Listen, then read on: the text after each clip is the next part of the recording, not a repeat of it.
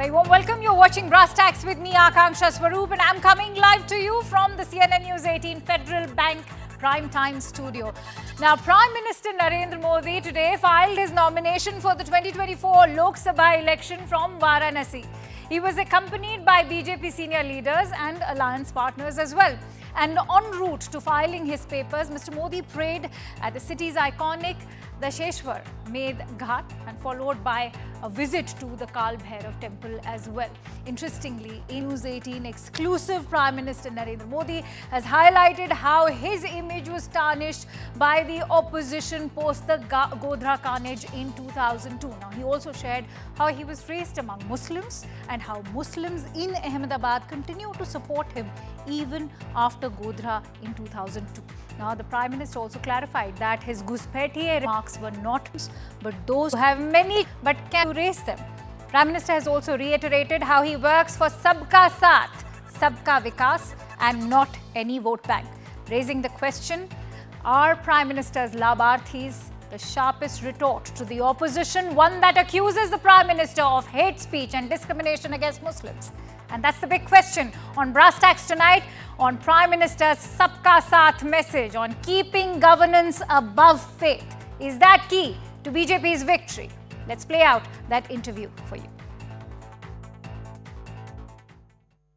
जहाँ तक मोदी का सवाल है, एक तो मैं स्कूल में, एक तो मेरा जो घर है ना, मेरे अगल बगल में सारे मुस्लिम परिवार है, तो हमारे घर में ईद भी मनती थी, हमारे घर में और भी त्योहार होते थे। मेरे घर में ईद के दिन खुद का खाना नहीं पकता था, सारे मुस्लिम परिवारों से मेरे यहाँ खाना आ जाता था। 2002 के बाद मेरी छवि बहुत खराब हो गई, खराब कर दी गई गोधरा के बाद। तो मैंने सोचा भाई जरा रियलिटी जाननी चाहिए। मेरा पहले से मंत्र रहा है सबका साथ सबका विकास। मैं वोट बैंक के लिए काम नहीं करता हूँ और जो गलत है वो सब मैं गलत कह के रहूंगा।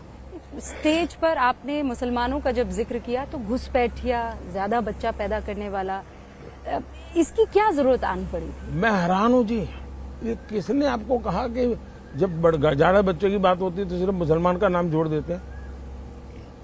क्यों मुसलमान के साथ अन्याय करते हैं आप? हमारे यहाँ गरीब परिवारों में भी ये हाल है जी, उनके बच्चों को पढ़ा नहीं पा रहे हैं। किसी भी समाज के हो, गरीबी जहाँ है वहाँ बच्चे भी ज्यादा हैं। All right, let's now pose that question as far as Prime Minister's message of Sabka Saath, Sabka Vikas is concerned. Does he prioritize governance over faith? On that note, let me introduce my guests today. Sanju Verma, who's the national spokesperson of the Bharatiya Janata Party. Nikul Patel is the leader from Congress Party. Ajay Umat will be joining us. He's a senior journalist in just a bit. I'm also joined in by Mr. Sanjeev Srivastava, who's a senior journalist joining us live. Many thanks to you, Sanju, and the gentlemen for joining in. Mr. Srivastava, if I could begin with you. We've consistently studied and researched, and all reports are indicating how there's been a consistent increase in vote share across castes, class and states. What explains this increase in vote share of the Bharatiya Janata Party under the aegis of Prime Minister Modi if there is discrimination involved? So, when we talk about increased vote share of Bharatiya Janata Party in 2014 and 2019 elections, there's no gainsaying the fact that that kind of rise has been both exponential and unprecedented. And largely it has come on the back of Prime Minister Modi's charisma and appeal on the ground. But we are discussing 2024 election, I think, and whether that kind of similar appeal stays this time, does it transcend into newer horizons and frontiers, or it gets diminished? Those are the bigger questions today. There is no doubt for the last decade that Mr. Modi's figure strides like a colossus on the Indian political landscape. But that has been the story of last 10 years. The story of next 5 years and this elections will, whatever I or anybody else on the panel says, will actually unfold on the 4th of June. Absolutely. Ajay Umat, if I could bring you in on this aspect, do you think that the voter in 2024 is going to cast their vote based on religion, faith, or is it going to be based on governance? I think this time voters in Gujarat, I can tell you my first-hand experience in Gujarat, voters in Gujarat will be voting on the basis of governance, because this time there is no wave of, Ram Mandir in Gujarat, or last time, because of Pulwama episode and Balakot surgical strike, people were, you could see that, there was a wave, Modi wave on the ground. This time, people are bit skeptical about all such things. And another thing which my fellow journalist was also mentioning in Gujarat, I could see apathy. Though BJP's core vote bank would remain intact, but there is no general apathy for going to the polling booths, and that's the reason that this time turnout in Gujarat was 7% less. Even I am sitting in Gandhinagar, which is Amit Shah's constituency. Despite all attempt of page management and booth management and micro management, the percentage of poll in his constituency, that is Amit Shah's constituency, was 9% less than what we had last time. And same is the story of Mr. C.R. Patil, who is party president in Gujarat, who has given target But of that's 5 lakhs again an overall dip in voter turnout. I am going to bring in Nikul on that note. Nikul, the big charge coming in from everything the Prime Minister today has said is the fact that he's claiming that his image has been tarnished by the opposition party. How do you assess what the Prime Minister has had to say with his remarks of late? The Honorable Prime Minister is working in his own way, and the opposition has always feel that the way he is working is always thinking that there should be no opposition in the country, and he is utilizing the agencies in the way which is not was used in the previous governments. Now, when it comes to a country like us, we are a larger democracy, and we have so many people, like diversity in unity we have. And any policy, if any government makes, is definitely going to be for the people of our country. Absolutely. And that is what the Prime Minister has also said. Even when it was a Congress government, we used to work for entire country, and it was not like that we are working for a particular community. But our Honorable Prime Minister always wants to portray the image of the opposition and want to bring the majority into the realization that all other governments are only working for some particular interest. So that is not correct. That is what a misinterpretation, what we always see in his speeches, and we find that this is not correct. See, we as an opposition... Sanju, come in on that, because we've right now, I think what Nikul is in fact digressing away from are the kind of charges that have been very pointedly directed towards Prime Minister consistently. A meat or mutton ka election nahi hai is what Priyanka Gandhi says. One has always accused Prime Minister, in fact not just within the country, we've seen how international media is also portraying him as one who is in fact delving into hate speech. The rhetoric is getting most polarized. This is being touted as the most polarized Lok Sabha election. We've heard what Prime Minister said. The biggest charge is why was घुसपैठिए used by the Prime Minister, जिनके सबसे ज़्यादा बच्चे हैं. All these terminologies are now being cropped up and are also being milked to the advantage of the opposition. First and foremost, Akanksha, thank you for having me on your show. I want to make a couple of very quick points. I'll take the last allegation first, Akanksha. You know, as the External Affairs Minister S. Jaishankar had said a couple of months back, we are a vibrant democracy. We don't need handouts from New York Times, the BBC or the Washington Post to tell us who we are, what we are, and how we need to go about doing what we do. Point number one. Point number two, in any case, for those who want endorsements from foreign media, please read the article by Sam Stevenson. Sam Stevenson says that I've never seen such a vibrant dance of democracy like I witnessed in Varanasi. It was an experience I will never forget, and he says that Prime Minister Narendra Modi will go down in history books as the only Prime Minister who's lifting 50 people out of poverty every 60 seconds, which means 3,000 people every hour, which means 72,000 people every single day. And how many have been lifted in the last 10 years out of poverty? Do the math yourself. It does not need a rocket scientist to, extrapolate what I've just said. The second point, which I want to highlight on your show is, I do a zillion debates with both the official and unofficial Congress, Samajwadi Party spokespeople, what have you. The one allegation that they keep talking about again and again and again is democracy खतरे में है. नरेंद्र मोदी के नेतृत्व में लोकतंत्र खतरे में है, संविधान खतरे में है, गणतंत्र खतरे में है. अरे गणतंत्र और लोकतंत्र के सूरमा सुनिए ध्यान से. For the first 67 years of post-independent India, and I won't be verbose, 54 years out of these first 67 years of post-independent India, it was the Congress party which ruled India. And in these 54 years, there were at least 103 occasions when duly elected state governments were dismissed. And let me ask you a question. Who is the leader who has the unique distinction of dismissing 49 duly elected state governments? I give you 4 options. Indira Gandhi, Indira Gandhi, Indira Gandhi and Indira Gandhi. And you guessed it right. All right. The answer is Indira Gandhi. All right. So don't sit here and lecture us on democracy. Nikul Patel, if I could bring you in on this aspect, because you know the biggest charge against the Congress party is कि जिनके घर खुद शीशे के होते हैं वो दूसरों पे पत्थर नहीं फेंकते हैं. आप खुद क्या कर पाए 60 साल में?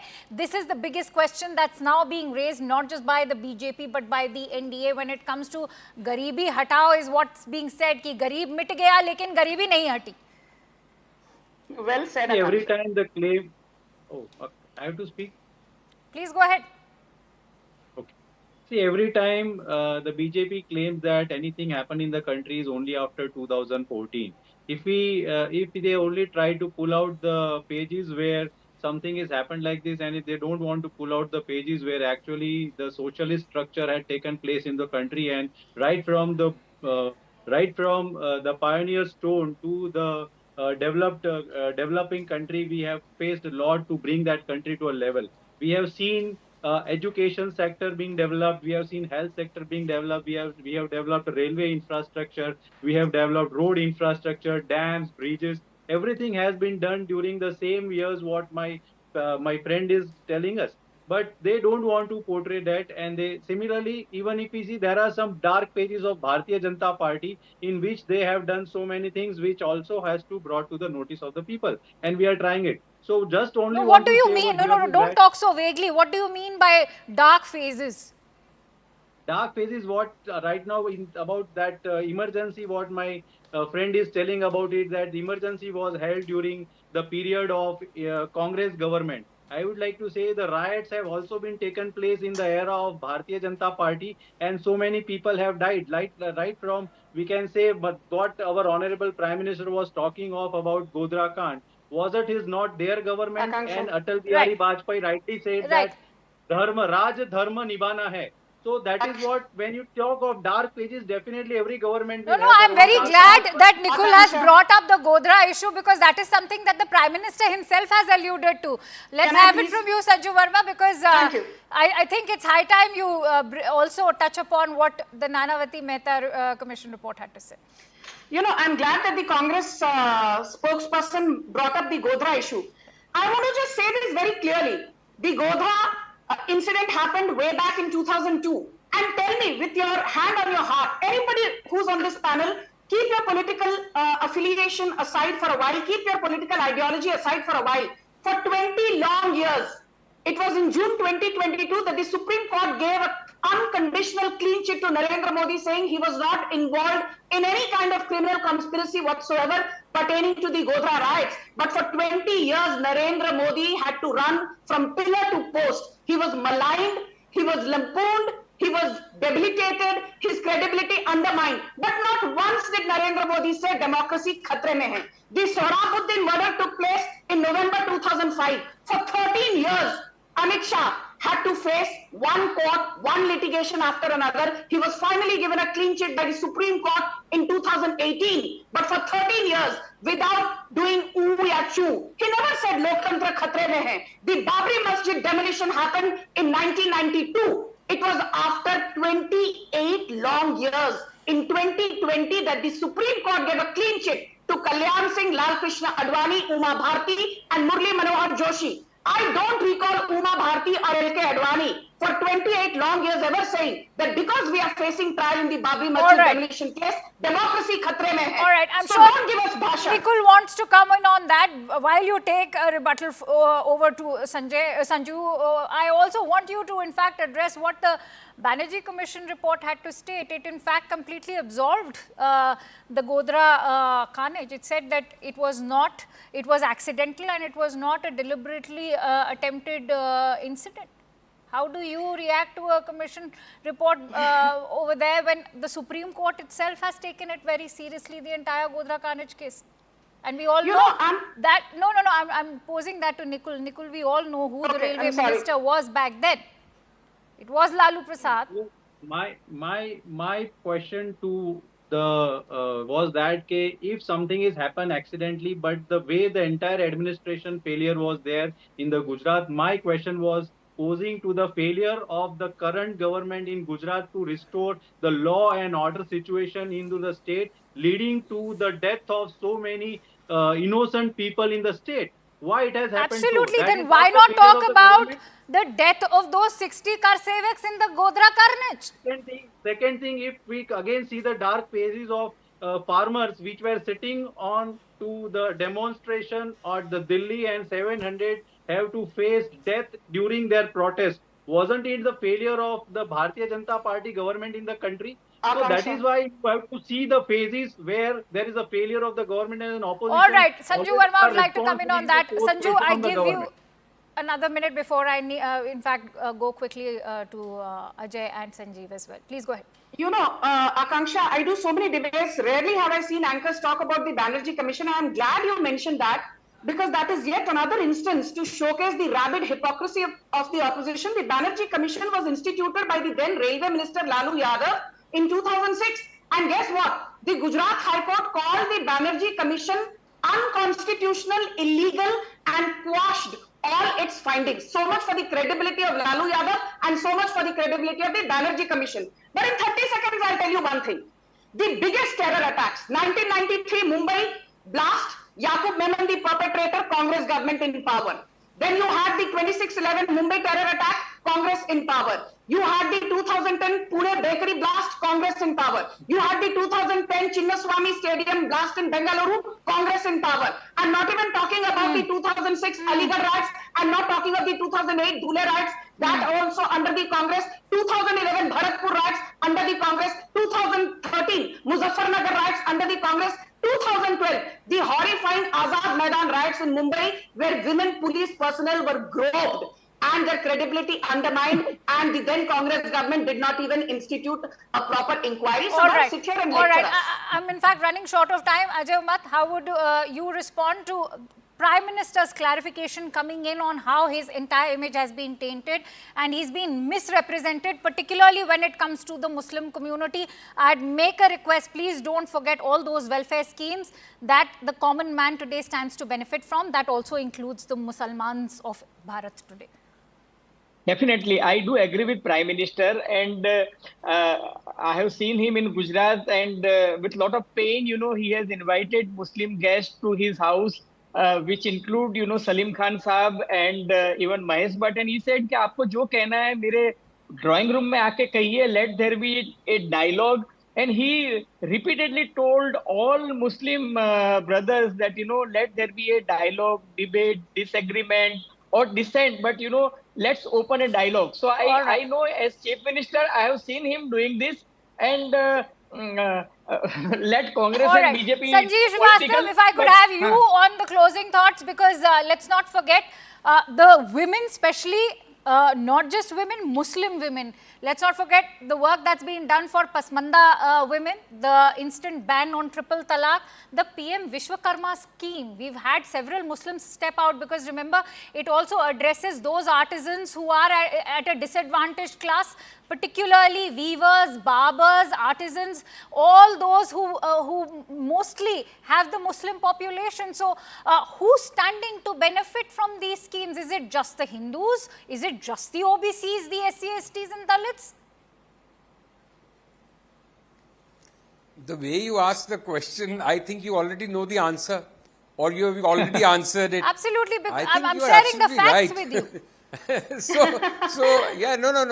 I know. I am so impressed by the manner in which you have shared facts.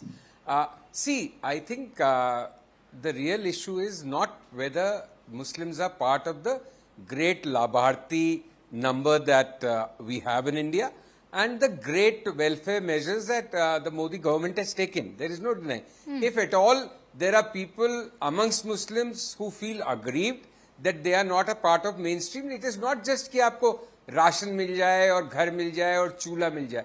The issue is they don't feel part of the mainstream. Why doesn't the BJP give tickets to Muslims? All Why right. doesn't the BJP On that note, empower 10 Muslims seconds. like Right. they do others? Yeah. 10 seconds. So that's, yeah, please do. How more than many 10 seats seconds. has We know Congress how the party time has given to been Muslims? distributed. 17 out Yeah. of 328 So, her- seats given by Congress party to Muslim candidates. So- SP contesting 62 seats Point in Uttar taken, Pradesh. Sanju. Yeah, point Only taken. 4 Muslims given ticket out of those 62 seats that are being fought.